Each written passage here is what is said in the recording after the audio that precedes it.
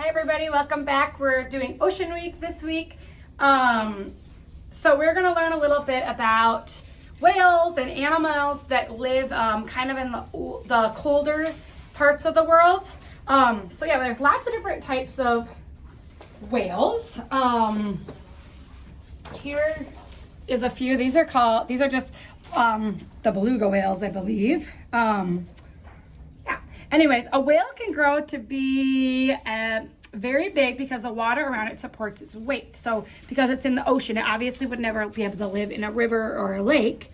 It's a blue whale. The blue whale is longer than a basketball court and has heart as small as a horse.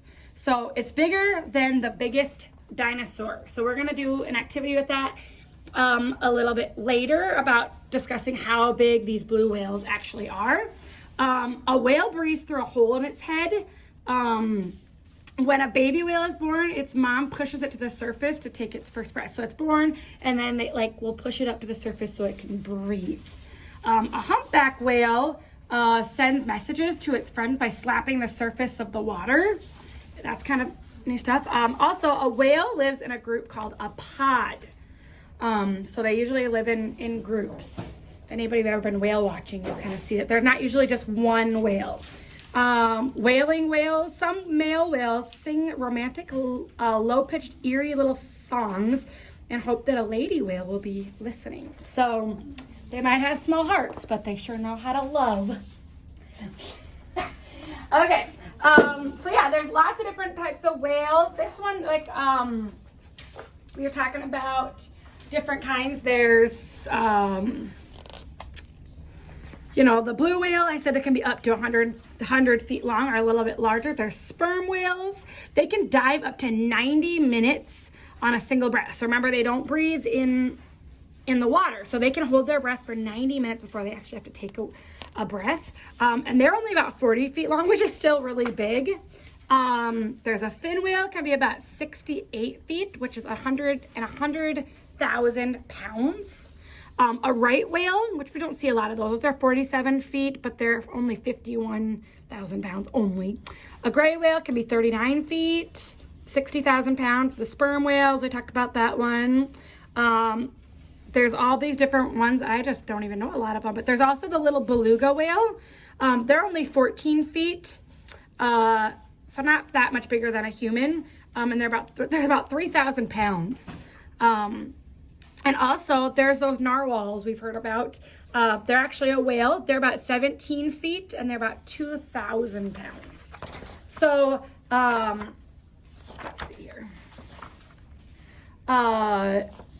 Whales and dolphins belong to the same kind of family. They're air-breathing mammals. Like we talked about, they're actually mammals like humans. They breathe through the nostrils, so you can see right here, and their little blowholes. So that's a lot about whales. They do bubble net feeding, so you can kind of see how they eat like this. They go down and up. And that is what we know about whales. Now, whales and other kind of animals like penguins and animals that live up in the North or South Antarctica or someplace like that where it's really, really cold, they have something on them called blubber. And the blubber is fat. So you think about the places on your body where you have fat, usually on your arms or your stomach or things like that, or your legs, there's more fat on those. The fat molecules, we're gonna use this vegetable shortening, which is just fat. So the fat molecules in the shortening act like an insulator. So if you have a winter coat, they're usually called an insulated coat, or a cooler, that is insulated usually. Our homes usually have insulation to help us stay warm. So this fat here is just the blubber. So insulation slows the transfer of heat, keeping the whale and those other animals warm in very low temperatures. Other animals that use this are polar bears, penguins, seals, whatever. So we are going to try it out and see how it works. So you guys got you got one that looks like this, which is our Mod Podge, so don't use that. But obviously, like I told you, save that Mod Podge. We're going to use it later next week. But you got this thing that says right on there, vegetable shortening. Don't eat it. It doesn't taste very good.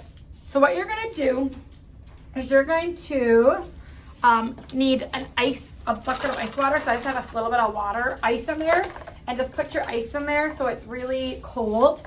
Kind of let it sit in there. And then what you're going to do is I'm going to grab something really, really fast. You're going to need a spatula like this. And you're going to take a bag. And you're just going to put your hand right in it. And you're going to do it again like in a safe place. I'm going to move my books actually so I don't make a mess on. Let's see. And you're going to take your blubber or your vegetable shortening, and you're just going to take the outside or just dip it in there like this. And you're going to rub it all over your hand. Like I said, do it somewhere where it's okay to make a mess. Rub it all over on both sides of this. You might need some help with it too, so I'm going to do my best to do it. Get it all on there. You want some on both sides. So you're going to use all this vegetable oil or vegetable shortening, I guess, not oil. And just rub it so it gets covered all over your hand. Okay.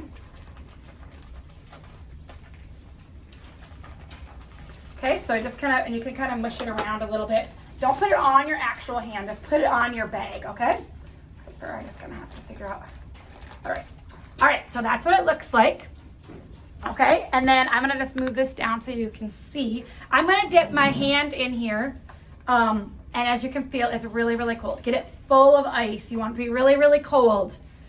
That's not something I would want to go swimming in our river. So what you're gonna do then is you're gonna have, so you have this, and you're gonna take another plastic bag.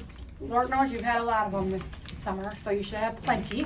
And you're going to, like I said, you might need some help with this. Put this inside of another bag. Okay, you might get a little on your hand, that's okay. All right, so it looks like this. All right, so this would be like their fat, and then this top bag would be like their skin, okay? So you can feel already, it's pretty warm in there if you're moving it around, and just kind of spread it around a little bit. Now what I want you to do is to take that, and I want you to dip it in your ice water. And if you dip it in, like I'm doing this, I can't even, except for the spots that I don't have the fat on it that kind of got moved, I can't even feel the cold water. It just feels like normal when I take my hand out. So that is just kind of an experiment to see why whales and penguins and polar bears can live in those cold areas and not be and not die. Because like, I don't know, if I went there without, even with my coat on, I would not do very well for very long. Okay, we're not built like this. Or if we'd bring like our dogs or our cats and tell them to survive in those cold areas, they wouldn't be able to. They have the fur to survive in South Dakota, but if we brought them to those colder areas, they don't have this kind of blubber to be able to survive in those areas. So yeah, you can do it for a while. You won't be able to feel any cold water in there. I said like a couple of spots, you know, like here where it kind of came off, you can feel it. But if you go in those parts where you have lots of that vegetable shortening on, you can't feel it at all. So anyways, that is our blubber experiment. I would love to see videos and pictures of how you did it and what you think. So hopefully we hear from you soon.